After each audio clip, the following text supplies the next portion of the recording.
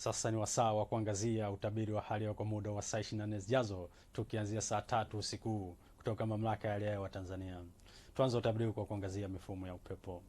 Upepo wa bahari unatarajiwa kuvuma kwa kasi ya kilomita 30 kwa saa kwa upande wa pwani ya kaskazini pamoja na pwani ya kusini. Hali ya bahari inatarajiwa kuwa na mawimbi makubwa kiasi. Ziwa Victoria pamoja na Ziwa Tanganyika, upepo wa ziwa unatarajiwa kuvuma kwa kasi ya kilomita 20 kwa saa. Hali ya ziwa inatarajiwa kuwa na mawimbi madogo. Lakini kwa upande wa Ziwa Nyasa, upepo wa ziwa unatarajiwa kuvuma kwa kasi ya kilomita 30 kwa saa. Hali ya ziwa inatarajiwa kuwa na mawimbi makubwa kiasi. Kiwango cha chini kabisa cha joto la chini kinatarajiwa kufikia nyuzi joto 9 katika mkoa wa Mbeya ukilinganisha na maeneo mengine hapa nchini.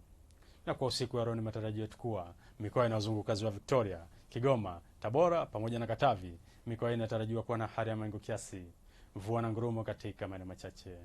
Maeneo mengine hapa nchini yaliyosalia yanatarajiwa kuwa na hali ya mawingu kiasi na makavu kwa ujumla.